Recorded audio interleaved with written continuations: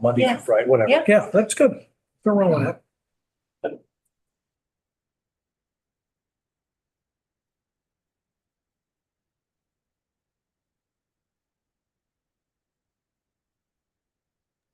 No problem. To Dave, I couldn't have a problem. All right, let's go ahead and see if we can't get this meeting started. I'd like to call to order the Thursday, January 16th committee meeting of the whole Finance Committee to order at 6:03 PM. We start with a roll call. Before we roll call here, I just let everybody know that Mr. Thornberry is going to be online tonight. So after we do roll call, we'll ask for a motion to approve him to do that. Roll call, Carl Johnson here, Brian Curry. Here. Brian Schneider. Here. Dave Wiltsey. Here. Ray Larson. Here. Josh Shoemaker. Here. Tom Wahlberg. Here. Elisa Patterson. Here. Dana Logston. Here. Matt Regano. Here. Rodney Riley. Here. Next, I would ask for a motion to allow Mr. Thornberry to join us electronically. Motion by Mr. Regano, seconded by Mr. Schneider. Any discussion? All in favor, say aye. Aye. Opposed? That motion carries. Mr. Thornberry, welcome. Thank you. Next up, I'd ask for a motion to approve the agenda as presented. So moved. Second. Curry, second by Mr. Wiltsey. Any discussion? All in favor, say aye. Aye. Opposed? Motion carries. Public comment. I have one here. Somebody we know well, Mr. Loxton. Can I just do it from here? You can, absolutely, but I still do need you to say name and address. Okay, I'm Dana Logsdon, 805 Union Avenue, Belvedere, Illinois.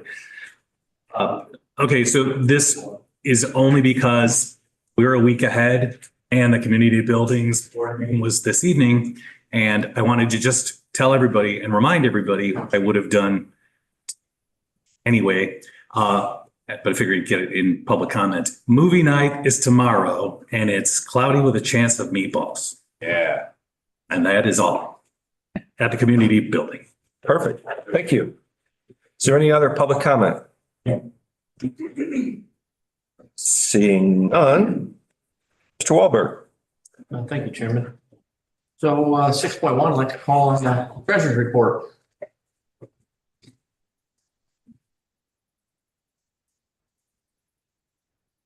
Good evening, everyone. And the good news is that we figured out the problem I was having a month ago with the reporting, getting reports out of the Tyler general ledger system. Apparently they had pushed through an update to the software that inexplicably changed the account access for some of us. And so it was giving me blank reports because I didn't have access to those accounts. So once we figured that out, Aaron got it fixed pretty quick. And so we have more or less normal reports tonight, but starting with the front page, the summary there, our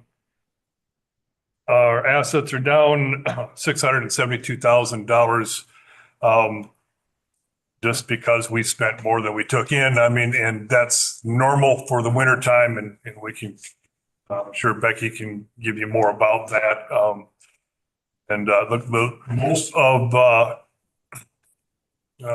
Most of the money came out of the liquid or readily available money in the investment pool.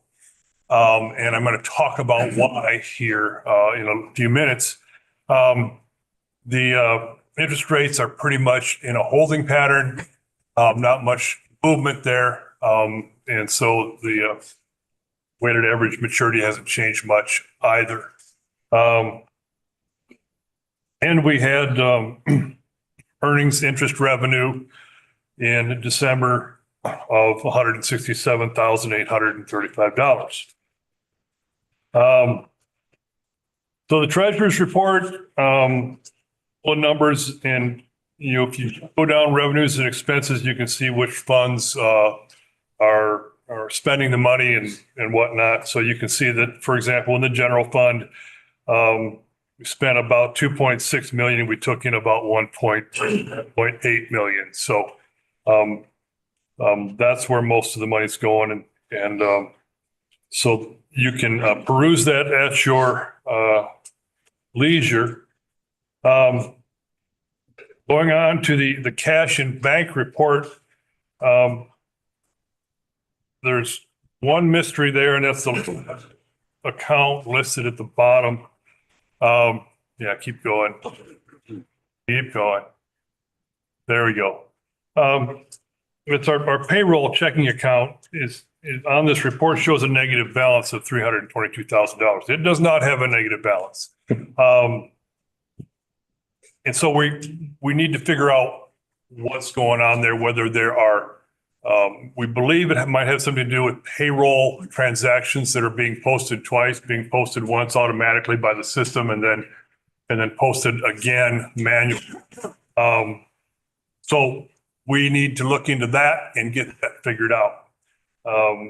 But we're, in terms of Tyler general ledger system, we're making progress. We're feeling a little bit more comfortable with it every day. It's just going to take some time.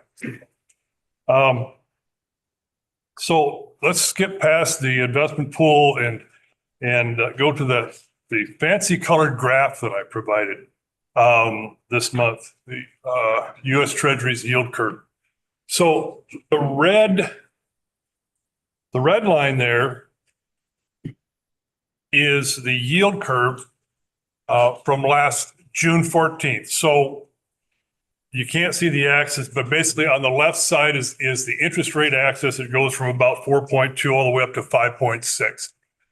And then horizontally, as you go across, that's the term of whatever investment, of maturity of the investment. So it starts with 1 month, 2 months, 3 months, all the way out to 30 years on the far end. So that red line is the inverted yield curve that you may have heard people talk about. The environment that we've been in for the last couple of years since the Fed raised rates rather drastically and rather quickly. Short-term rates being higher than long-term rates, and they call it an inverted yield curve because it's not normal. But that is the reason why, much of our investment pool and, has been in the liquid accounts, the readily available cash, the money markets and the government pools and things like that, because that's where the best interest rates were. And so the percent liquidity in the investment pool got up as high as 27, 28% last summer. The blue line is from 2 days ago. Okay, so 7 months passed between the red line and the blue line. And now we're looking at something that's much more close to a normal yield curve where the longer term investments yield better. And so what will happen here in the next several months is as we spend more money than we take in between now and property tax time, the money will come out of those liquid accounts. And so the liquidity will continue to go down, and the CDs that mature will be reinvested at some pretty good rates here. So if you look through that investment pool balance sheet, you can see that it's laddered out about 33 months now, pretty near 3 years. And so we'll continue. When one CD matures, we'll just take it and stick it out on the far end of the ladder. We'll buy a new CD, matures 33, 34 months from now. And that will capture and lock in those pretty favorable interest rates of somewhere around 4.4% in the foreseeable future. So that's the immediate strategy. We will see the liquidity come down. And summertime, when we have new tax money to invest, we'll take another look at the market and go from there. So I will be happy to answer any questions. Any questions for Mr. Newport? All right. Thank you. All right, next, 6.2 administration monthly financial report. Ms. Stover? Sure. Okay, so our financial report, those new members as well, these reports are just specifically for the general fund, our main operating fund. Here we compare the same month last year versus this year. And so you're looking at the difference there and then the current budget. Don't be afraid of all these negative numbers here that you see in for the revenues. We're still trending above budget. So even though they're coming in less than last year, if you were to look down here where it compares budget to actual, they're all still ahead of budget. So don't be afraid of those numbers. There's multiple reasons that can happen. It is a slower time of year and, you know, for fines and fees and things. So that can play a part in it as well. And as we had talked about last year, PPRT, or personal property replacement tax, continues to fall. And this year we're budgeting at a normal level. So if you recall, 2 years ago, 3 years ago, we were unprecedented revenues from that source, you know, over 0.5 million. I think it was in 2022, or maybe it was 2023. So unprecedented, but now this year we are budgeting back to the normal levels. And I think that was the one for this month that was trending less than I had budgeted, but then I already went and looked at what the revenue was for January, and it's significantly higher than what I budgeted. So we're fine there too. So yeah, I'm okay with revenues for our first month of the new fiscal year. And also for the new members, there is a graph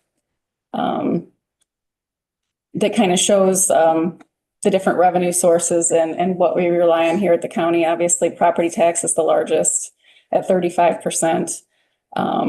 Sales tax is about 23%. Income tax is another big one at 13%, followed by the local use tax and that PPRT, and then other. So these are the ones that we follow on a regular basis, that we make sure they're coming in at budget. Expenditures, you'll also notice some negatives that were under budget, or under from last year, which is a good thing. The main difference is we had 3 payrolls in December of 2023 and only 2 payrolls in December of 2024. So it's not really that we're spending less. It's just when that third, you have 2 months of the fiscal year where there's 3 payrolls instead of 2. So that's pretty much the difference there. And here again, there's another graph that just depicts, you know, as a government entity, you know, 64% of what we spend is on personnel. We're an organization that serves the public, and that's just where most of your expenses will come from. Lastly, ARPA update. As of December 31st, we'd spent almost 4.3 million with a balance of about 6.1 million, plus also the interest, which has generated over 575,000 since it was created. Our next report is due January 31st. So next week I'll be working on that report to make sure that all funds are allocated. That's what it's going to ask for. And, you know, we have to have that documentation to show that as well. So we'll be working on that. I can answer any questions. Are there any questions for this one? All right, thank you, Mr. Yep. Okay, moving on to new business here. I move to approve revised safe streets of all SS4A agreement. And this has a projected estimated cost of $240,000. You're looking for that motion? Yeah, do I have a second? Yeah. Mr. Larson seconds the motion. So discussion. I have Justin on the line as well. Oh, Justin's on. Okay. If he wants to talk, I was going to do it for him, but. Yeah, it's on the printout that's uploaded to board docs. It's really nothing new. We've talked about this about 11 months ago. We passed this exact same grant agreement through the board. Nothing really changed. There is some additional information on the back of the agreement. This is through the federal government, so it's the US DOT, and it's taking extremely long time for this to get moving. So this would be to purchase an attenuator truck and a bunch of, I think it's 6 or 7 radar speed limit signs.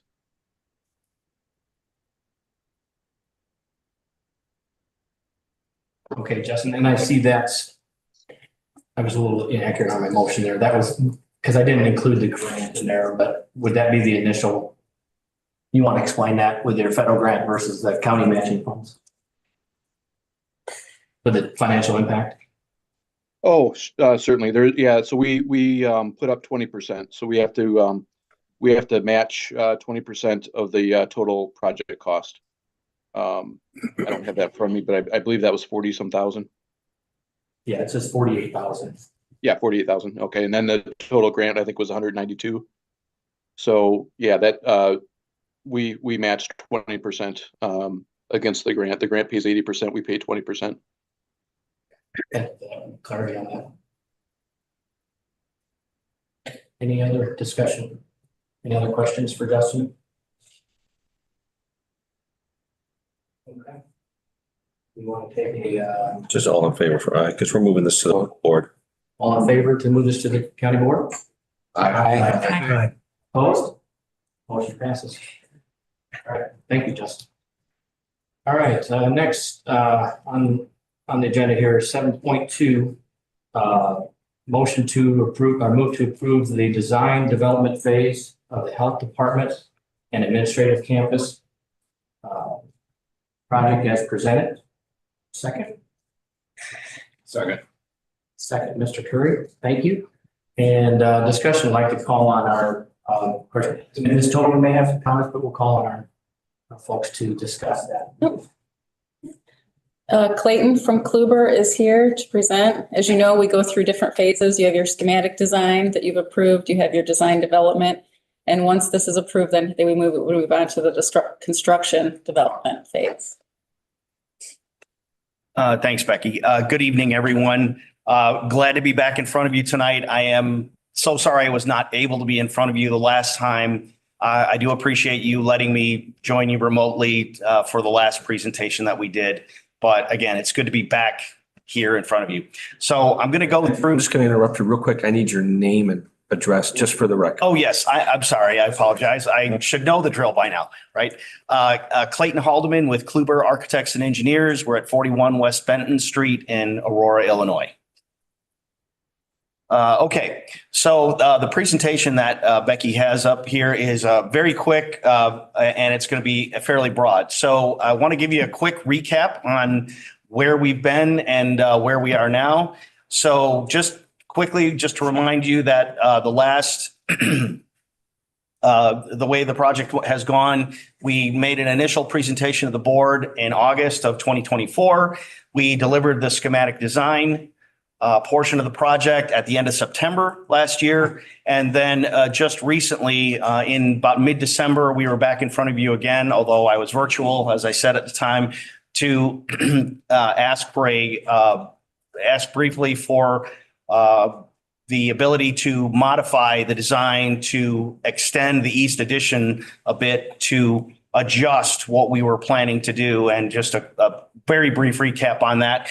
The idea is we're now, instead of moving assessments and GIS into that East Addition, what we're going to do is move the building department into the East Addition and move assessments and GIS into the space that's currently occupied by the building department. And again, the reasons for that is, if anything, we expect that assessments and GIS are not going to grow in the future. They are probably going to stay at the size that they're at. They may, depending on technology, they may actually shrink a little bit. However, the building department, there's growth expected there. And so we wanted to, as we discussed with Becky and Randy from the CCS, your owner's rep, the idea is putting the department that has the greatest potential for growth out on the east end of the building where there is the opportunity for growth in the future. So then with that, I'll get into what the current project schedule is on the next slide. As we mentioned, schematic design was completed on September 30th. We are here in front of you tonight to give you the first look and the opportunity to make the motion on the design development package. Expectation is that there'll be formal approval by the board on that next Thursday at this time. Following that, we expect to have construction documents approved at the board meeting to occur on March 20th. We would anticipating we will get approval on the final construction documents. We expect that procurement is going to be complete by mid-April. And after that, we'll commence phase construction on the building. And I have some bullet points up here that they're not necessarily discrete phases, but generally speaking, it's kind of the order in which we're going to approach the project. So the idea would be we'd want to start foundations and shell construction for both of the additions at roughly the same time. Following that, we want to make sure we get we focus and prioritize getting the interior build out done on the east addition, because what that does is it opens up the opportunity for us to now move the building department into the east addition, take back out of their space that's they're currently occupying in the bank building and move them into the east addition. That frees up the assessments and GIS space here, because after the building department moves, then we move assessments immediately, move assessments and GIS into building department. That frees up all that area that we can begin doing the remodeling work in that area. And once that's complete, perhaps while that's going on, we're also going to be doing the interior build out on the south addition. And once those are complete, then we can move some of the health department functions into those new spaces and remodel the existing health department areas. So it's a rather involved project, a little bit of kind of musical chairs work that we're doing. Just this week, in fact, I was having a conversation with Becky and Randy about some other possibilities that we may look at this. And as we work through the construction documents phase, we'll be looking for ways to shorten the construction timeline and optimize our costs through the construction. With that, we're currently anticipating substantial completion, sometime around April of 2026. And then the last slide I have for you tonight is the cost information, giving you the updated, where we think we are updated supplies. So costs have gone. We were showing costs slightly up from where we presented them last time. And Randy I believe is going to speak a little more to this, but basically what's driving this now is we're adjusting the construction contingency. And as I said, Randy will talk a little bit more about it, but there's a couple things going on there. We're trying to keep scope creep out of the base project. But there may be some additional things that the county may want to do within this building while the work of this project is going on. And we want to be a little bit more comfortable that we're going to be under our number, come bid day. So it's hard to predict, market forces. We think our numbers are good in terms of costs per square foot for the work that we're doing, but we just want to be sure. So that's where our numbers are today. And that's all I have. Randy, you want to say a few words? Good evening, everyone. Randy Darnell for CES. So in addition to the presentation drawings you all have in your packet, the architects and engineers have submitted a large set of documents as part of the design development package. They're on the table this evening, and they consist of 75 pages of construction drawings, a 500-page architectural engineering specification, a project schedule, and a project cost estimate. CCS have reviewed all of the documents submitted and are satisfied that the submission meets the requirements of design development.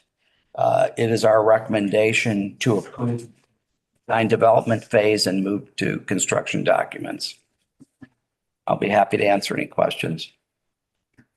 The contingency that Clayton mentioned was adjusted. It was at 5% originally. We don't feel that was an appropriate number for this phase of the construction as or as part of the development. As the documents proceed, the contingency usually goes down. But we certainly wanted to have enough contingency in the project to cover any bidding fluctuations. So just for everybody to know, so you increased that 5% to a 10% contingency then, That's correct. just so everybody knows. If you haven't picked up on that, so. All right, thank you. Any questions from the board discussion? Chairman, Yes, go ahead, Mr. Thornberry. I've mentioned this a number of times about the need for bathrooms down there, male and female. They don't have to be as elaborate as the ones that we now have. But with the fact that we got VAC down there and we don't know precisely what kind of handicaps they're going to have, I think you need to have at least a minimum amount of bathrooms down there instead of having these people walk all the way through the facility to get to the one at the other end. Mr. Johnson brought up the fact that we're going to have to run water to the barn, the bus barn when we get there. So there's going to have to be a water line run. According to Brent, according to Danny Anderson, the water line is going to come off of Nettie Street. But according to Brent, it could come off of Nettie or Beaster, either one. And it's going to be, as far as Mr. Johnson's question about the requirements and the stipulations that the city is going to have us on there, our architects have those designs and their specifications for any hookups that should be allowed. So there is no question as whether or not we know what we can or can't do. The architects already have that information. But I think we need to plan for 2 bathrooms now rather than later, because if you know anything at all about government, they are going to mandate at some point in this, they're going to mandate 2 bathrooms be down there, male and female, or at least a unisex. Thank you, Mr. Thornberry. Any other questions, Mr. Johnson? Sure. I think first, just to clarify, my concern isn't what the city will allow us to do. My concerns are what the Illinois State EPA will allow us to do when it comes to connecting that water and sewer. When it comes to a potential bathroom, Randy, do you have any off the top of your head kind of figure as to what installing just one bathroom would cost to add to this? I mean, are we talking 300,000-400,000? No, certainly, it's certainly 6 figures if we add a restroom. And I believe Kluber has already done the code analysis as far as what the restroom requirement is for this project. I'll let Clayton talk about that. Yeah, just to briefly state, the building already has adequate toilet facilities to be compliant per code. So any additional restrooms that we would add would be for convenience. We're not required by code to add any others. Personally, I'm not in favor of I'm not in favor of adding bathrooms to this end, certainly at this time, just from a cost standpoint. I have said many times, if we're going to do this, let's do it right. But at some point, we do have to stop spending the money. We're already higher than we'd like to be. I'm good with what this plan is. I still wish it was a lot cheaper, but we have to deal with that fact. I think we're already pushing limits on the dollars that we have available to spend. So I would not be interested in adding bathrooms for, $100,000, $200,000. Thank you, Mr. Johnson. Any other comments on the floor? Yes, Mr. Wilson. I concur with Mr. Johnson. Thank you. Karen, Anyone else? Mr. Chairman. Yes, Mr. Thornberry. I know Mr. Johnson is talking about dollars here, so let's talk about dollars. 200,000 now. 5 years from now, when the government comes in and says, put them in, you got no choice.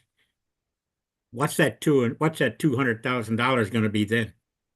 a million? What? It's cheaper now than it will be later. And any argument you got on the fact is irrelevant and immaterial because at some point you're going to have to put bathrooms in there for, it's not about convenience, it's for necessities. Handicapped people coming in to get benefits to help them with those handicapped situations. You're going to need bathrooms there because some of those people aren't going to be able to walk clear to the other end. Thank you, Mr. Tornberry. Clayton, you want to make any more comments on that in terms of with regards to your research on requirements and that? Yeah, so there's the existing restrooms in the building, the public restrooms here are accessible. If distance is a concern, there's unless you get beyond a travel distance of about 300 feet, football field length, there's no issues with the travel distance that you have right here for these restrooms. What would you estimate that distance down the hallway to be? Gosh. I know it's in the schematics. It's less than 300 feet for sure. It's 100 feet or so, I think. Yeah, for me, I was going to say 2401. Yeah, well, so again, I understand the argument. But again, there's nothing that we're doing here that's not compliant. I don't see where you're going to have some kind of government mandate that's going to make you add a restroom now or in the future. Thank you. All right. So what we'd like to accomplish here is we have a motion and a second. We want to kind of vote on this now and do it a voice vote or? So this is just moving it to the full board. Okay. So a voice vote to move it to the full board for final approval would be Thank you. fine. So all those in favor say aye, please. Aye. Opposed? Aye. Okay, motion carries. All right, thank you, gentlemen. Thank you. Appreciate it. 7.4, excuse me, 7.3, courthouse alternates. So this is just a discussion, and I'd like to invite up the next two gentlemen, and then Becky wants to make some comments about that.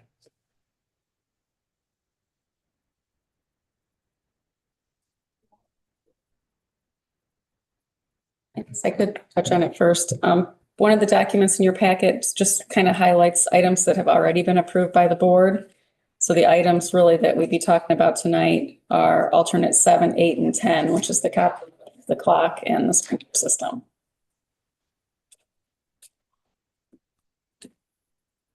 Well, my name is Dan Saavedra. I'm with Saavedra Group Architects in 504 North Church in Rockford. So we have alternate bid number 7, which is the installation of copper roofs and the slope roofs, the old courthouse, the other admin building, and the addition that we have for the courthouse. Due to the volatility of the bidding environment, we separated some of the elements of the building into alternates in order to be able to control a little bit the base bid, because you had a responsibility to spend some funds by the end of the year, and we didn't want to bring things that we have experienced in the area in the last 2 or 3 years with volatility on base bids. So by doing that, it allowed us to have a base bid that gives you a functional project. Now with the alternates, we are adding elements that will bring the aesthetics portions to the design. The copper roof, for example, is one of those. as a municipality is difficult to accept that we are putting a copper roof, a very expensive material, but as a functionality of the building, copper roofs are probably the most traditional material used in historical buildings. And it's very possible that these will enter into the National Historic Places as a registration in the future. So having these copper roofs will help in doing that.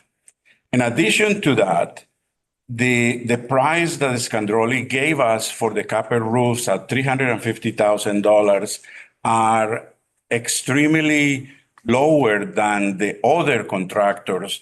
The other contractors vary from 538 to 350. So this is at 538, I will have a hard time justifying the acceptance of this. It is easier at 350. It's not that 350 is not a lot of money, but it's easier to accept that.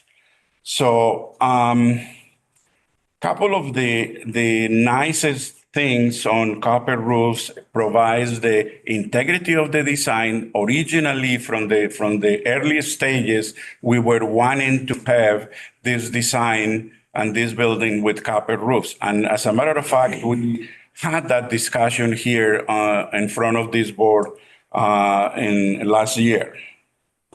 Copper roofs provide minimal maintenance. They last over 100 years. Shingle roofs vary from 25 to 35 years. So in the life expectancy of the copper roof, you probably will be replacing the shingle roofs 3 or 4 times. At the second time that you are going to replace that, you will be paying already for the copper roof. So think about those elements and the longevity of these. Copper roofs are also provide a good flexibility, and in the old courthouse, something that you don't know from when you look as a pedestrian, the ends of the eaves of this roof are curved. They are not straight. That prohibits us and will not allow us to do metal roofs, standing seam metal roofs.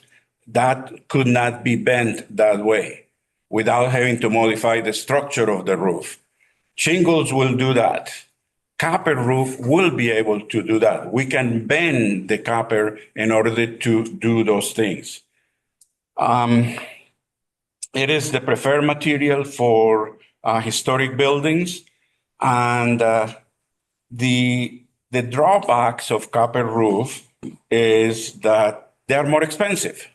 But now we know that the price that we are giving by Scandrolli Construction for this is a pretty fair price and a good price to buy the copper roofs at this moment. As a comparison, I just finished the McChesney Park Armory, and we did 7,000 square foot of standing seam metal roof. That cost us cost the federal government $260,000. 7,000. You are doing 6,300. So the comparison is you are getting copper roof for 350,000. This other building had 7,000 for 260 and standing seam metal roof. That roof lasts probably the metal lasts for 60, 70 years. Copper roof goes over 100. So that is one of the alternates that we are discussing. The other alternate is the fire protection suppression for the entire building. By code, we have to support the entire building.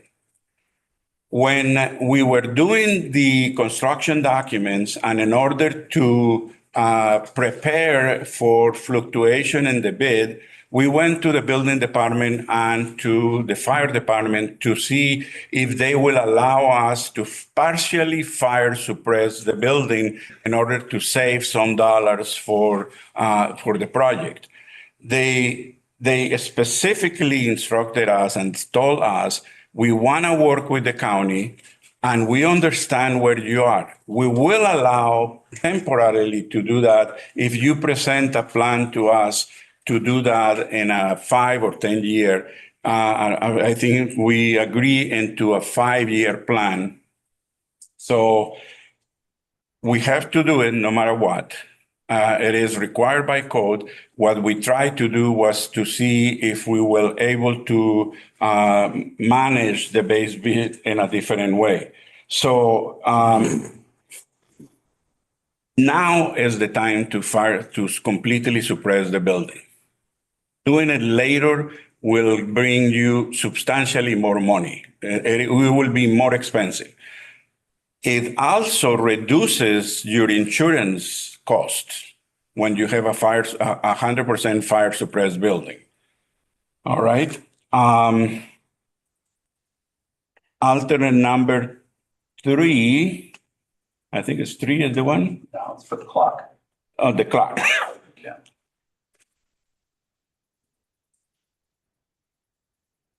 The clock is something that came after we were doing all of the design and doing this and evaluating a lot of courthouses in the area and nationwide, and they do have a clock as a symbol of the clock of the courthouse.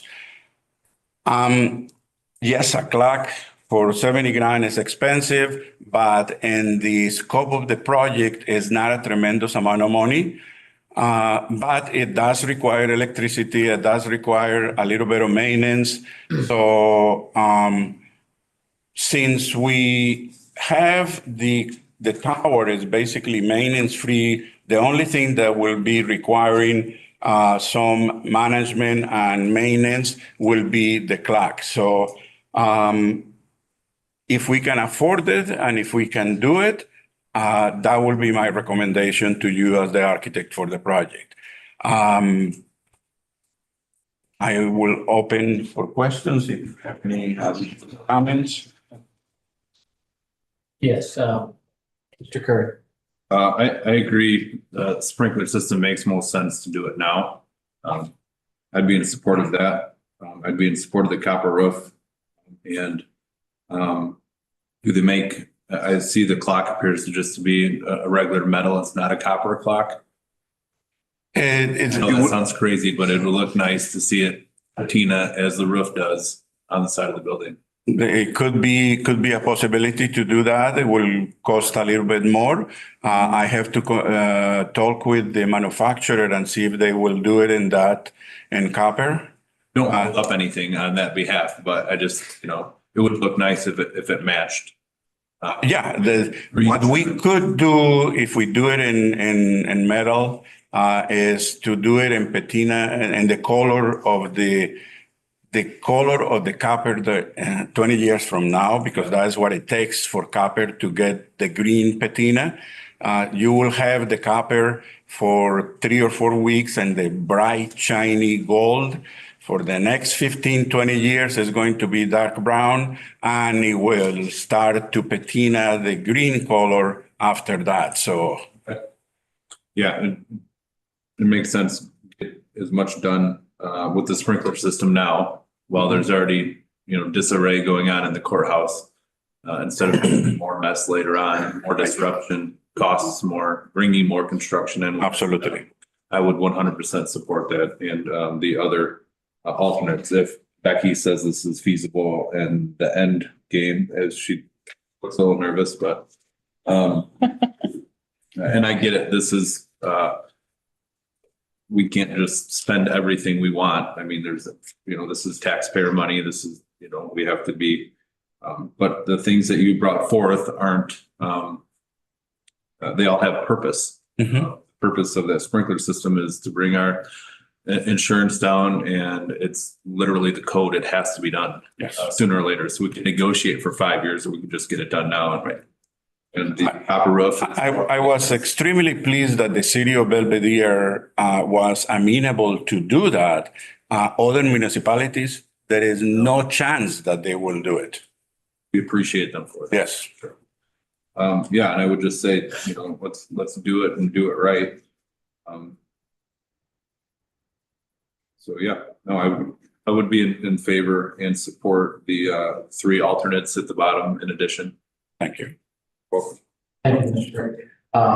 Mr. Johnson. Thank you, sir. I'm 100% in agreement with Mr. Curry on this.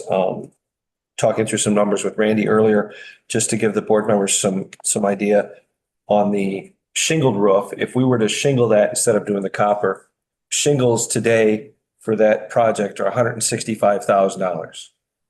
So in 25 years, that's going to be $300,000 if we have to tear them off and redo it. And we've more than paid for the copper roof.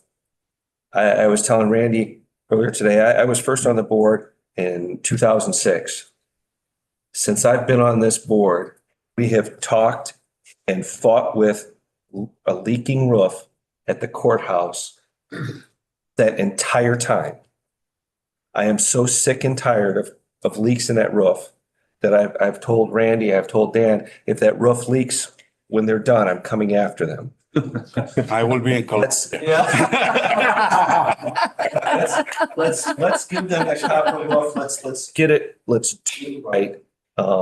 This is one of the few opportunities we have to really do this right. The sprinkler system, that's a no-brainer. 200,000. I know when we were doing the bidding documents, there was concern it was going to be 600,000 or 700,000.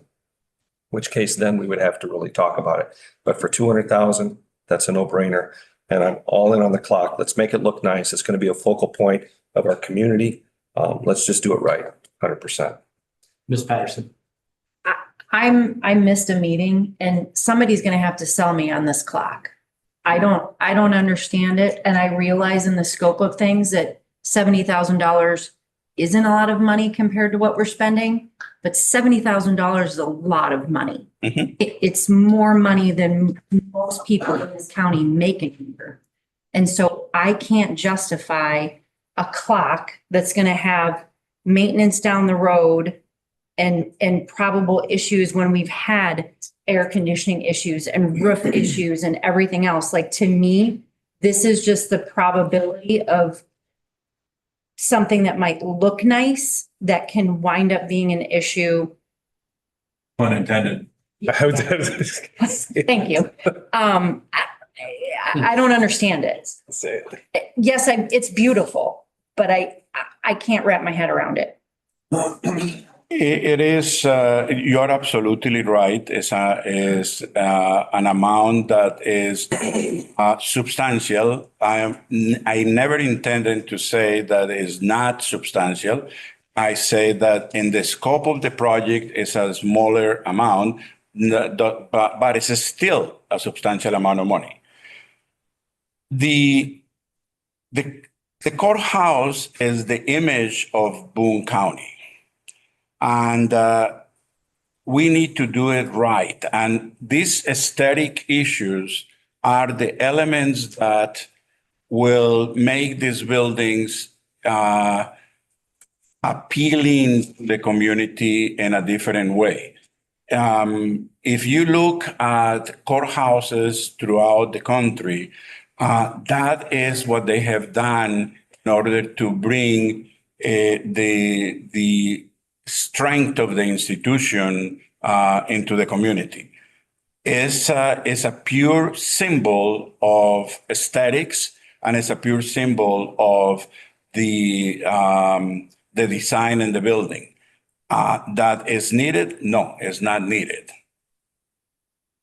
It is purely aesthetics, and it's purely to follow the tradition of courthouses. Do you have any? No, I'll put you on the spot. Go ahead. Other than the clock tower is prominently featured on your county seal. And currently we have a clock tower without a clock, bell tower without the bells. And it just appears unfinished at this point. And it's not a necessity, but I think together with the clock, the roof, it truly moves the needle of the project from good to exceptional. So a recommendation that we can do is maybe there is, after this is installed, maybe we can do some type of fundraising. Would be optional to compensate some of that clock. And that is something that we may be able to bring in the community to see if few entities will be able to help to fund the cost of this. The problem that we have X amount of days to approve this bid for the price that they gave us. So if you want to do it here or not, that is completely up to the board, but there could be possibilities of doing fundraising or different grants to help support that cost. See, those alternates are acceptable for I think it was 60 days. 60 days. After the bid. Yeah. So at that point, they'll expire and we won't have an opportunity to utilize these prices. Sorry. Go ahead. Any other comments, Ms. Stover? I was just going to say, even if you approve it tonight, we'll continue to look for other funding mechanisms. We do potentially have a donor. I'm not at liberty to say who it is yet. I have had a couple conversations for the clock, not the roof. I tried that for the clock. So once I know more, if I'm at liberty, I'll let you know, but there is a possible donor. So that would eliminate that. And the copper roof we have applied for every year. Region 1 does their call for projects. And we have submitted the copper roof, trying to go for the historic angle of the courthouse. So there is potential for that. I know that doesn't help us today, but we will continue to find other funding mechanisms. Any other comments? Ms. Patterson? Can I? This is a historical building, which I understand, and I'm totally on board with the roof and all of that kind of stuff. This is and we're putting this money in here so that what we are doing is, and I'm going to say a legacy, but it's a legacy moving forward. But with that being said, we have people right now who can't even tell time. Like we are in a different environment. They can't read that clock. And I guess when you're looking at this moving forward for 30 years, I don't understand. I guess I don't understand the symbolism of it when kids that are coming up through grade school are not even going to know what that is in 20 years. I'm trying here.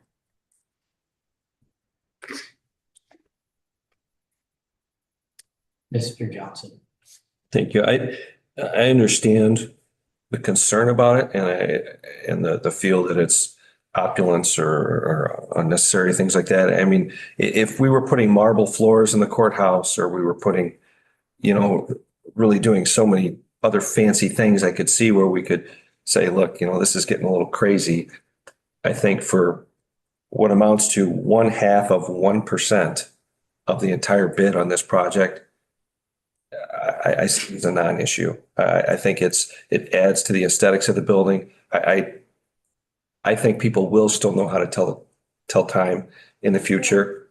I mean, I think everybody can take an hourglass and everybody knows what an hourglass is. It's an hour.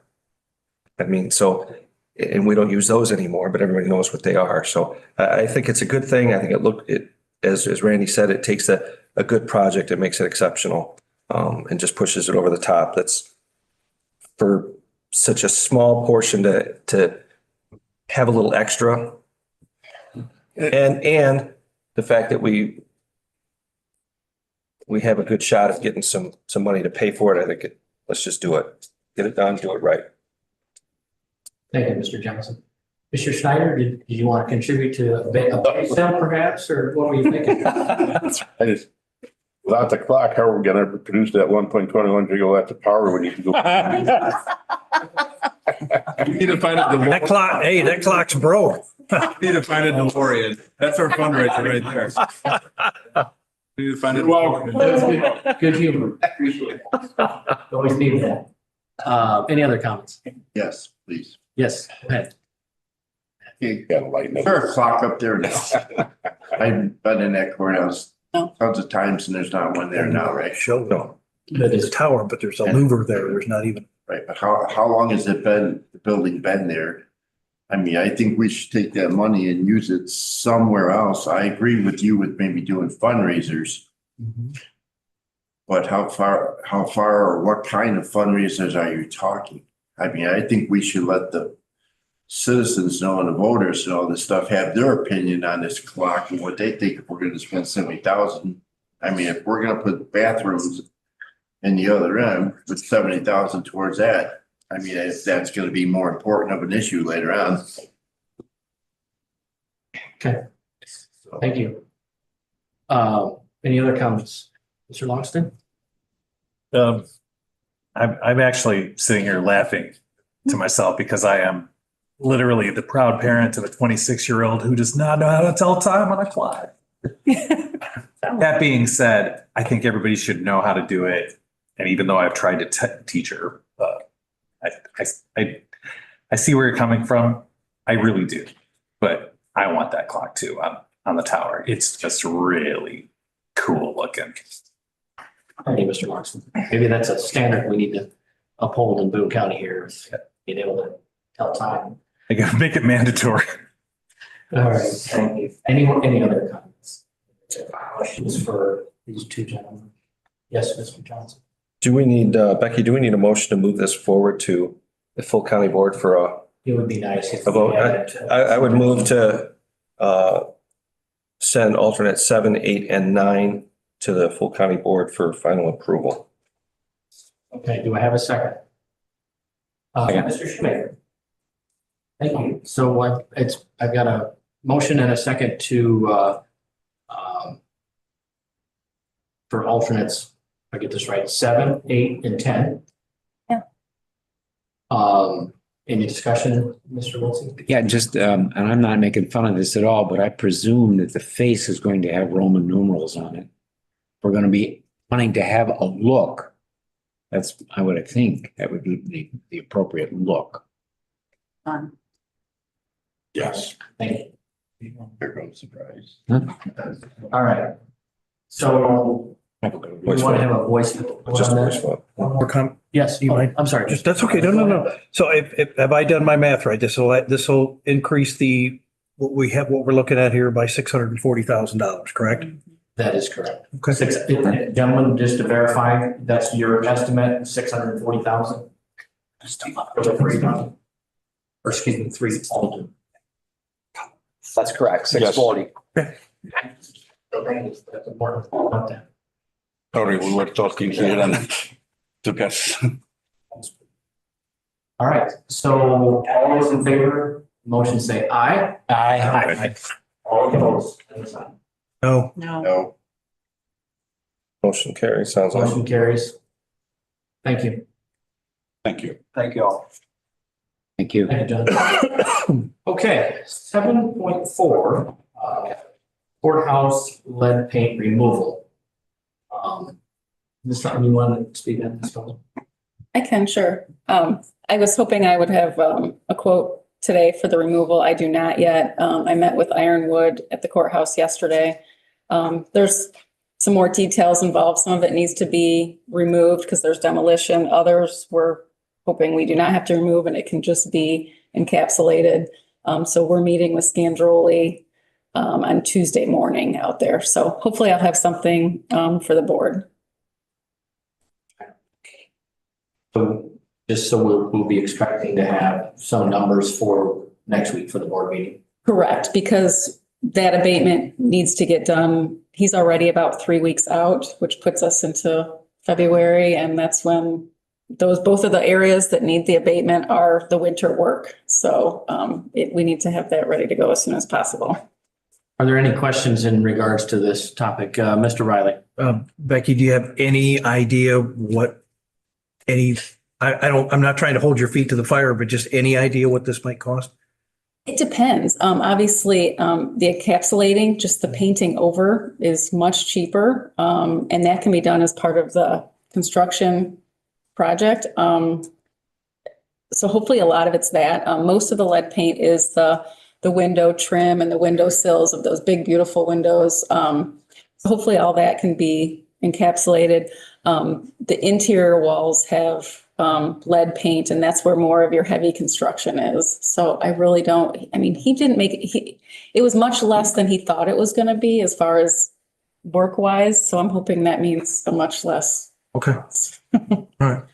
Yeah, I mean, I recognize that the document was 38 pages, but there was a lot of pictures and very detailed areas that they specifically called out. So if you want to review that, if you haven't seen that, please do that. So any other discussion or any other comments?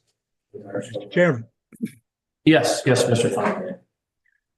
I just went through this with our church for lead-based stuff and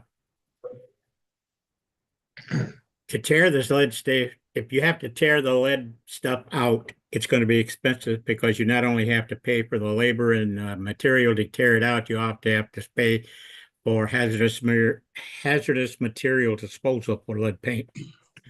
Secondly, if you have just lead paint, they have special paint that you can use to paint over the lead paint, but it's got to be at a grade to where the lead paint, the hazardous part of the lead paint cannot seep through. It has to be a complete cover-up. It's not going to be cheap because anytime you have to get rid of hazardous material, it's expensive. Thank you, Mr. Feinberg. Yeah, and I think that's what Ms. Dolan mentioned, that there was a product that covered up or something. So I guess we'll see what we come up with for next week. Any other comments, questions, discussion? Good. All right. Well, we'll see what that brings for next week then. Thank you. So moving on, old business. Have any old business to bring forward? Intergovernmental reports, updates? Don't see anything. Anything missing there? All right. Correspondence? I see no correspondence. UCCI, any advocacy groups? Anyone? Actually pretty easy on me here. All right. Talk more about that clock. Thank you, Mr. Craig. Okay, so do we have a need for executive session tonight? Nope. What? Nope. Nothing. Nope. Sorry for your disappointment there. No executive session. Wow. All right. So, Mr. Wolfie wants to make a motion. Mr. Wilson would like to make a motion. Adjourn, motion adjourn. Is there a second? And seconded by Mr. Snyder. See you tomorrow. Thank you. Meeting adjourned. All in favor, say aye. All of you. Aye. Aye, yeah. All opposed? Anyone say? All right, thank you. Meeting adjourned. Being adjourned at 7:06 p.m. Thank you. Perfect. My keys, boss.